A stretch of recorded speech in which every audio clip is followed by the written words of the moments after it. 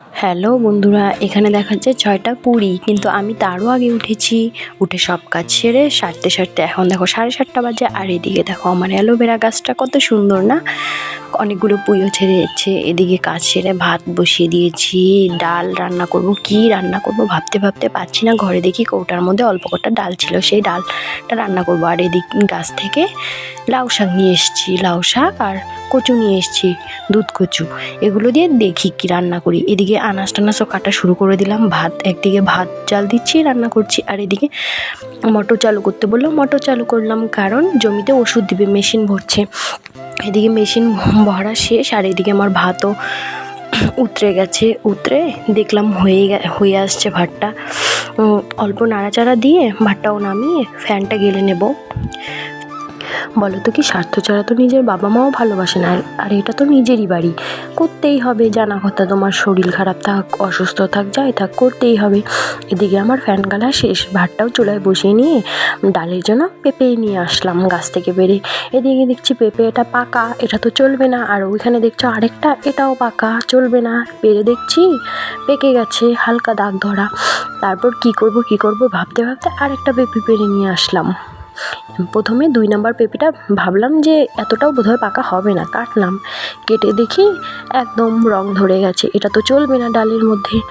তারপর ভেবেছিলাম এটাই দেবো, কিন্তু ভাবতে ভাবতে যেই ভাবা সেই কাজ। আরেকটা পেরে নিয়ে আসলাম।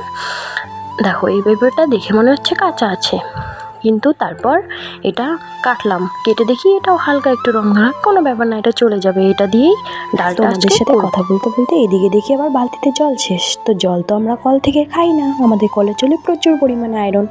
তো এদিকে আমি বাড়ির পাশে সোলার বসিয়েছে, এদিকে আবার সোলার থেকে জল নিয়ে আসতে যাচ্ছি।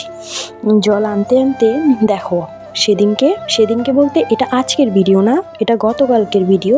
তো দেখো কত সুন্দর হাওয়া বইছিল, কত সুন্দর। আর বাইরে সকাল সকাল আমি কাপড় চোপড় মেলে দিয়েছিলাম। জল আমার এদিকে কথা বলতে বলতে তোমাদের সাথে নিয়ে আসলাম, বললাম না কাছেই, বেশি সময়ও লাগে না। আর এদিকে ডাল বসিয়ে দিয়েছি, ডালের ফেনা ফেলে নিচ্ছি। সে তুমি যত বড়ই চাকরি করো না কেন, যতই এটা ওটা করো না কেন, রান্না বাড়া কাজ তো সব মেয়েদেরই করতে লাগবে। রান্না বাড়া, বাসন মাজা, ঘর গোছানো, এগুলা মেয়ে মানুষের কাজ। আর এদিকে দেখো, আমরা যেমন করি, আমাদের একটা মেয়ে ছাড়াও যেমন সংসার চলবে না, একটা ছেলে ছাড়াও কিন্তু সংসার চলবে না। একটা ছেলে না থাকলে কি হবে, একটা ছেলে যেমন কাজ করে উনি টাকাটা আনবে, তারপরেই তো পেটে তোমার ভাতটা উঠবে, সবজি আনাজ এগুলো হবে, তার সাথে তুমি খেতে পাবে রান্না করে। সেই জন্যই বলে, একটা মেয়ে ছাড়াও যেমন সংসার চলে না, একটা ছেলে ছাড়াও সংসার চলে না।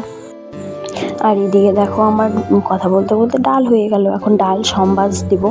আর ওদিকে ওই পুচকিটাকে দেখলে না, ওটা আমার ননদ হয়, এসে আমাকে ব্যায়াম শেখালো। এদিকে ডালও সম্বাস দিয়ে দিচ্ছি। আর আমার বড়মশাইয়ের খিদে লেগে গেছে, কখন থেকে বলছে যে তাড়াতাড়ি করো। এদিকে এখন দেখো পাক্কা 10টা বেজে গেছে এদিকে। আর আমার রান্না বাড়াও কমপ্লিট, তোমাদেরকে পরে দেখাচ্ছি। আর এদিকে দেখো কী করেছি, পেঁপে দিয়ে ডাল, এটা তো আগেই বললাম তোমাদেরকে। আর ওদিকে দেখিয়েছিলাম না, লাউয়ের ডুগা আর কচু, ওগুলো দিয়ে চিংড়ি শুটকি দিয়ে করেছি, নানান আরও সবজি টবজি দিয়ে। আর এগুলো ঢেঁড়স ভাজি বা ভেন্ডি ভাজি, পাঁপড়, এগুলোই করেছি কাল। আর এদিকে ঠাম্মাকেও দিয়ে দিলাম, উনি অসুস্থ, তাই হেঁটে এসে খেতে পারে না, ওনার ঘরেই দেওয়া হয়। আর এদিকে বাবারও খিদে পেয়ে গেছে, বাবাকেও দিয়ে দিয়েছি। আর এদিকে দেখো, আমরা এই সোলার থেকে জল খাই। কি হয়েছিল, কালকে সোলার বেশি উচ্ছে পড়ছিল, জল উঠতেই ছিল, একদম বোঝা যাচ্ছে নাকি জানি না, কিন্তু এদিকে একদম পড়তেছিল জল, উচ্ছে বেশি ভরে গেছিলো। আর এদিকে দেখো আমাকে দেখবে নাকি। আর আমাদের আমি আয়না হিসেবে এটাকেই ব্যবহার করি, জানলার কাজটাকে, কারণ আমার সেরকম বড় আয়না বলতে নেই, ছোট আয়না। আস্তে আস্তে সবই হবে আশা করি। আর আমার বড়মশাই গেছিল তারটা নাড়া দিতে, এদিকে তারটা নাড়া দিলে অনেক সময় কমে যায় জল পড়া, কিন্তু কমছিল না। পরে আমি আবার ওদিকে যাচ্ছি, তোমাদের এখানে দেখো আমিও খেয়ে নিলাম, খিদে পেয়ে গেছে, বেলা হয়ে গেছে। শ্বশুর বাবাকে খেতে দিয়ে খেয়ে নিলাম। আমার শাশুড়ি গেছিলো গরুর জন্য ঘাস কাটতে, তার জন্য আমি খেয়ে নিলাম। আর এদিকে দেখো রান্নাঘরের কাজ শেষ, এখন রান্নাঘরটা মুছে নিচ্ছি। আর এদিকে গ্যাস ট্যাসও মুছে নিচ্ছি। আর আমি ভাবলাম কি, ঘরে অনেক মাকড়সার ঝুল হয়েছে, আজকে জালটা পরিষ্কার করে নিই, ঝুলটা। বারটাও ঠিক আছে, রবিবার, রবিবার দিন তো করাই যায়, তাই না? তার জন্য পাটকাঠি নিয়ে, তেমন একটা পড়েনি, পাটকাঠি নিয়ে বেঁচে পরিষ্কার করে নিচ্ছি বড় ঘরগুলো। আর এদিকে আমার ঝুল পরিষ্কার করা শেষ, আলনাটাও গুছিয়ে নিচ্ছি। কয়েকদিন ধরে গুছাই না, একদম কাপড় চোপড় এলোমেলো হয়ে গেছে। এদিক দিয়ে সব গুছিয়ে নিচ্ছি। এই শার্টগুলো, জামা কাপড়গুলো, জানি না কেন ছেলে মানুষ বা বেটা মানুষের জামা কাপড় একদিন পরতে পারে না, এতটা গন্ধ করে, ঘামের গন্ধ। আমার বরমাসের জামা কাপড় তো একদিন পরলেই ওটা আর পরা যায় না, প্রায় জামা কাপড় ধুতে লাগে ও।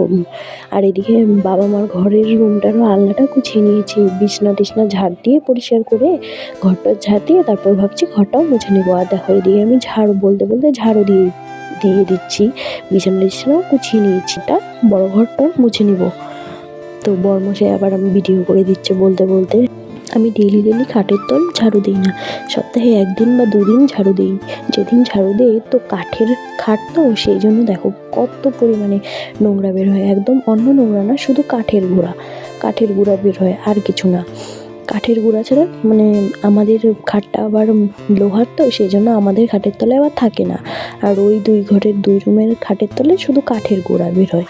আর এদিকে কথা বলতে আমি আমাদের ঘর রুমটাও মুছে নিলাম, বাকি 2 রুমও মোছা হয়ে গেল।